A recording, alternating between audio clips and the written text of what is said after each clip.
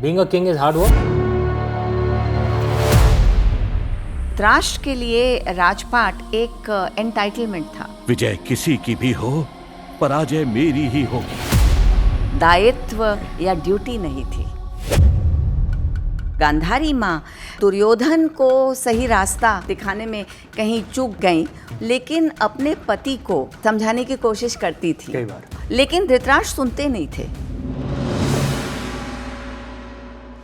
धृतराष्ट्र अपने ही विक्टिमहुड में इतने डूब गए थे कि उन्हें और कुछ दिखता ही नहीं था। The biggest victim of a victimhood mentality will be you. Gita का ज्ञान सुना उनने और अंधे का अनसुना कर दिया। Hi guys, this is Amish Tripathi along with my sister Bhavna Didi and this is a podcast Humans of Mahabharata. और आज हम चर्चा करेंगे धृतराष्ट्र की। Very complicated character. इनफैक्ट उनके बारे में इतना शोध हुआ है, इतना रिसर्च हुआ है कि there is also a term called पुत्र मोह जो उनसे उत्पन्न हुआ and it's used even today. आप क्या सोचते हैं धृतराष्ट्र के बारे में? धृतराष्ट्र सिंड्रोम। धृतराष्ट्र सिंड्रोम, पुत्र मोह। तो ये समटाइम्स कैन बी पुत्री मोह आल्सो। तो ये तीन भाई थे ना, धृतराष्ट्र, पांडु और विदुर। धृतराष्ट्र पैदा हुए अंबिका को, पांडु पैदा हुए अंबालिका को और विदुर पैदा हुए अंबिका की मेड को। वो एक अलग कहानी है और अंबिका की मेड का नाम था परिश्रमी, है ना। लेकिन ये क्रिटिकल एडिशन में ये नहीं था जहाँ तक मुझे याद है। सॉरी लोक कथा में तो लोक कथाओं में अंबिका की मेड को सिर्फ एक नाम दिया और बहुत ही मतलब इंटरेस्टिंग नाम है ना, परिश्रमी। हाँ, क्योंकि अंबिका की मेड तो थी क्रिटिकल एडिशन में जो विदुर की माँ थी। और एक्चुअली देखा जाए तो सबसे आप क्रिटिकल एडिशन को क्रिटिसाइज कर रही हैं। नहीं, क्रिटिसाइज नहीं कर रही, मैं दायरे को बढ़ा रही हूँ। सबसे होनहार पुत्र तो एक्चुअली विदुर थे, है ना। लेकिन सीमित जिनका नाम इतना इंटरेस्टिंग, जिनकी माँ का नाम इतना इंटरेस्टिंग, परिश्रमी, एफर्ट। तो लेकिन सीमित रह गई बात पांडु और धृतराष्ट्र में, क्योंकि उन दोनों को, एक्चुअली विदुर को भी बड़ा किया भीष्म पितामह ने। लेकिन भीष्म पितामह ने निर्णय किया कि धृतराष्ट्र राजा नहीं बन सकते क्योंकि वो अंधे हैं। लेकिन डिसेबिलिटी तो पांडु में भी थी ना, क्योंकि वो फिजिकली वीक थे। He was born weak and he even died young.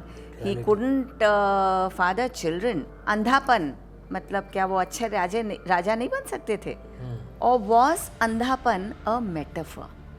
क्योंकि ऐसा नहीं कि एक डिसेबिलिटी ना हो, हाँ, लेकिन दूसरा डिसेबिलिटी अंधापन वो एक डिसेबिलिटी है। हाँ, भाई ये फिजिकल वीकनेस वो भी एक तरह से disability. You can not be a बिल्कुल। Being a king is hard work. या लीडर बनना आसान काम नहीं है। और अमीश, तुम्हें मालूम है महाभारत में ही एक और राजा थे जो अंधे थे, द्युमत सेना।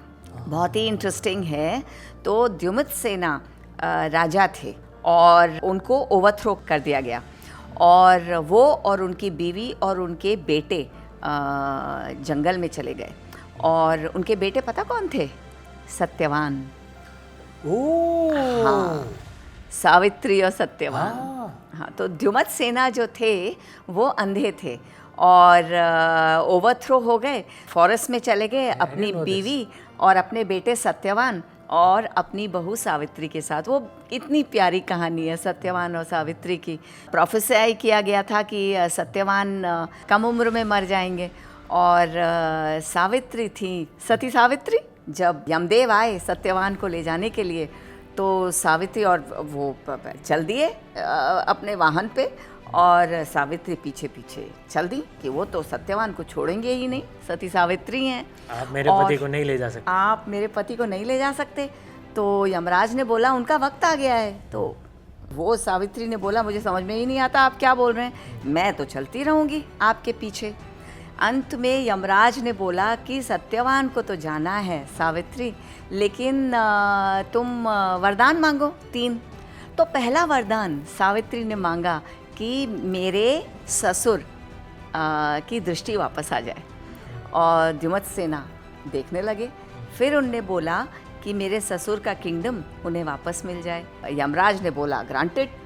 और फिर उनने बोला कि मेरे 100 पुत्र हों तो यमराज ने बोला ग्रांटेड। अब वो चल रही है सत्यवान को लेके और सावित्री पीछे पीछे। तो यमराज ने बोला भैया आप क्या चाहिए? तो उनने बोला 100 पुत्र कहाँ से होंगे, आप मेरे पति को तो लेके जा रहे हैं। तो यमराज ने सत्यवान को जीवन दान फिर से दे दिया। लेकिन कहानी तो द्युमत सेना की है कि वो भी तो अंधे थे। धृतराष्ट्र में और भी कमजोरियां थीं जो भीष्म पितामह ने देखी होंगी और उनने ये निर्णय लिया। धृतराष्ट्र आखिर में बने तो राजा, पांडु का देहांत हो गया और धृतराष्ट्र बने राजा। लेकिन हाँ, होनहार तो होना चाहिए ना राजा को। धृतराष्ट्र के लिए राजपाट एक एंटाइटलमेंट था, एक प्रिविलेज थी, एक हक था, एक हक था, दायित्व या ड्यूटी नहीं थी। और वो अपने ही, वो कहते हैं ना, विक्टिमहुड में फंसे रहे। मैं बेचारा, मेरे बच्चे बेचारे, है कि नहीं? और अपना दायित्व वो एक्चुअली कभी समझ ही नहीं पाए ना। और एक होता है वो, जैसे हम बोल रहे थे धृतराष्ट्र सिंड्रोम, की अपने बच्चों का ही फ्यूचर दिखे। आजकल भी ऐसे पॉलिटिशियंस होते हैं, अपने बच्चों के लिए पूरे देश को दांव पे लगा देंगे। हाँ, धृतराष्ट्र के लिए राजपाट था, वो एक प्रिविलेज थी, वो एक हक था। दायित्व वो समझते नहीं थे। उनकी चुप्पी, उनका साइलेंस, वो कन्फ्रंट नहीं करते थे किसी भी बात को। और कि भैया मैं चुप रहता हूँ, दिस टू विल पास, है ना। और परिणाम कितना गलत हुआ। तो बीवी की सुनो। और गांधारी माँ, यस ये तो है कि वो दुर्योधन को सही रास्ता दिखाने में कहीं चूक गई और नहीं कर पाई, लेकिन अपने पति को वो समझाने की कोशिश करती थी कई बार। लेकिन धृतराष्ट्र सुनते नहीं थे। सुनना चाहिए था उन्हें, लेकिन वो किसी की भी नहीं सुनते थे, अपनी धुन में। अपने भाई की भी नहीं सुनते थे, विदुर की। Vidur used to try and show him the right way. लेकिन धृतराष्ट्र अपने ही विक्टिमहुड में इतने डूब गए थे कि उन्हें और कुछ दिखता ही नहीं था। तो क्या ये भी एक खामी थी धृतराष्ट्र में, इस विक्टिमहुड मेंटालिटी? और आजकल ये स्पेशली जो वेस्टर्न यूनिवर्सिटी से जो धारणाएं आ रही हैं कि you know there are some victim, some, I heard this term victimizers. कौन है जो कहीं ना कहीं विक्टिम ना हो? लेकिन अगर आप अपने आप को एक विक्टिम के नज़रिए से ही देखेंगे तो आप उभरेंगे कैसे? ज़िंदगी में जीतता तो वही है जो लड़ना सीखता है। वीर भोग्य वसुंधरा। अगर आप अपने आप को एक विक्टिमहुड मेंटालिटी में डाल रहे हैं कि मैं बेचारा, पूरी दुनिया मेरे खिलाफ है, किस्मत मेरे खिलाफ है, भगवान मेरे खिलाफ है, तो फिर आप आगे कैसे बढ़ोगे? क्या धृतराष्ट्र में, और ये हम सीख सकते हैं कि भाई विक्टिमहुड मेंटालिटी में मत पड़िए। The biggest victim of a victimhood mentality will be you. Dhritarashtra's story in the Mahabharata is not one of evil intent, but of weakness, and how that weakness can destroy an entire family. Born blind, he grows up knowing he is strong, intelligent, and capable, yet constantly reminded that his blindness makes him unfit to rule. Though respected as a prince and later made regent, being denied the throne leaves him deeply insecure and wounded. As a father, Dhritarashtra loves his sons fiercely, especially Duryodhana, but his love is possessive and blinding. When his sons mock the Pandavas, plot against them, and even attempt to kill them, Dhritarashtra repeatedly looks away. He hears the warning of Vidur, Bhishma, and Gandhari, yet lacks the strength to act. His physical blindness becomes a metaphor for his moral one. He knows what is wrong, but chooses silence again and again. This failure reaches its peak during the dice game and Draupadi's humiliation.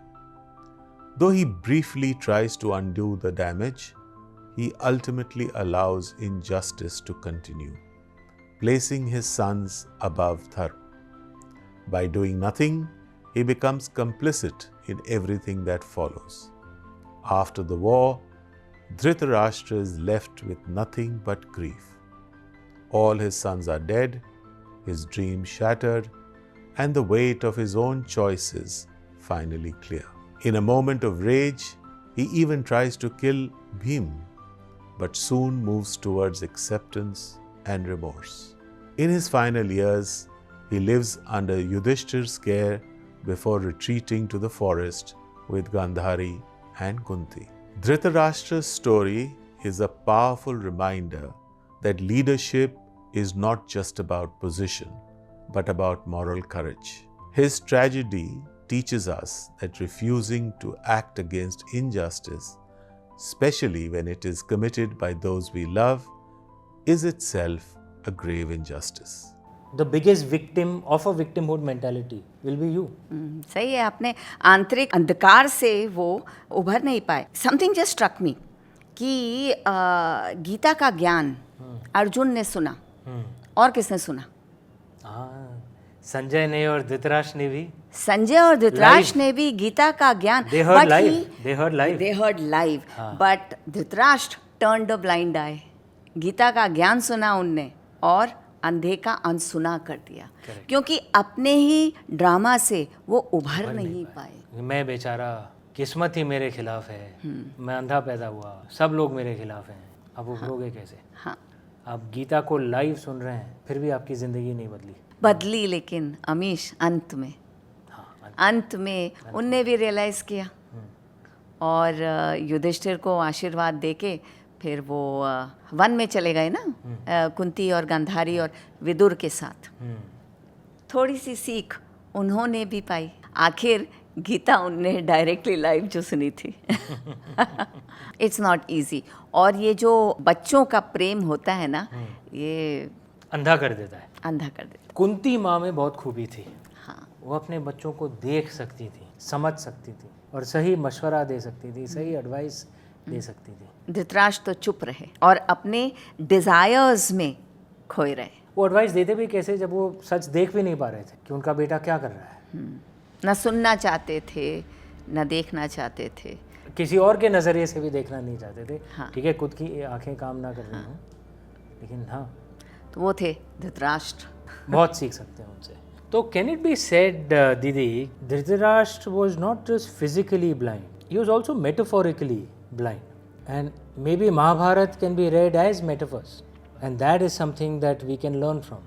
Metaphors from all the different characters of the Mahabharata. सही है, Mahabharat metaphors की कहानी है और ये जो metaphors हैं ये सब हम सब में छुपे हैं. तो धृतराष्ट्र हैं इमोशनल ब्लाइंडनेस, ड्यूटी की तरफ ब्लाइंडनेस. दुर्योधन है जलन, ईर्ष्या. गांधारी है त्याग की प्रतिमूर्ति. भीष्म है त्याग. द्रोण है एक इंसल्ट की चोट, है ना. प्राइड. अमीश, ये सोचो कि हम अगर इसी के बारे में सोचें कि किसने किसे मारा. कर्ण को अर्जुन ने मारा. कर्ण है विक्टिमहुड, अर्जुन है ग्रैटिट्यूड. जो मुझे मिला शायद मैं उसके लायक नहीं था, but I am grateful for it. Gratitude kills victimhood अगर सोचें तो. अच्छा, द्रोण और युधिष्ठिर को देख लो कि युधिष्ठिर है ह्यूमिलिटी, द्रोण है प्राइड. कुछ एग्जाम्पल्स तो दे दिए, जैसे ग्रैटिट्यूड किल्स विक्टिमहुड. करेक्ट. हाँ, which is why Arjun killed Karna. हाँ, और फिर humility kills pride. Correct. Yudhishthira कारण बना द्रोण की मृत्यु का. आपको अगर ये एपिसोड पसंद आया हो, मुझे तो बहुत पसंद आया, metaphorically speaking, then please hit like and subscribe below so that you can receive a notification when the next episode of Humans of Mahabharat launches. तब तक भावना दीदी और मुझे आज्ञा दीजिए.